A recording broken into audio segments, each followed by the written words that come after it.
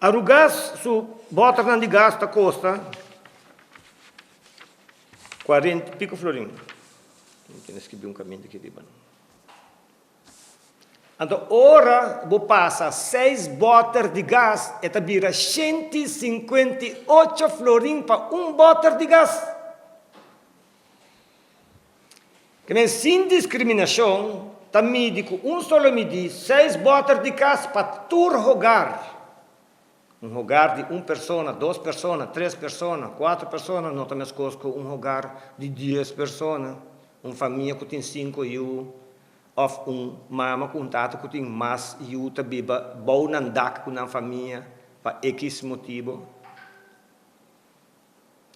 Como por justificar que é mesmo bota de gás que tem nenhum gasto extra para produzir ele, para crescer ele, importar whatever que botar assim com ele, preparei.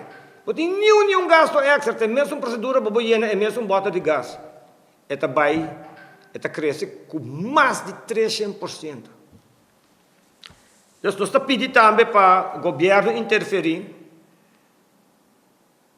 deliberar com o gás, deliberar com o web, para percurar para tarifa de água e gás está pagável para o povo aqui, de momento de crise aqui que o povo aqui está vivo.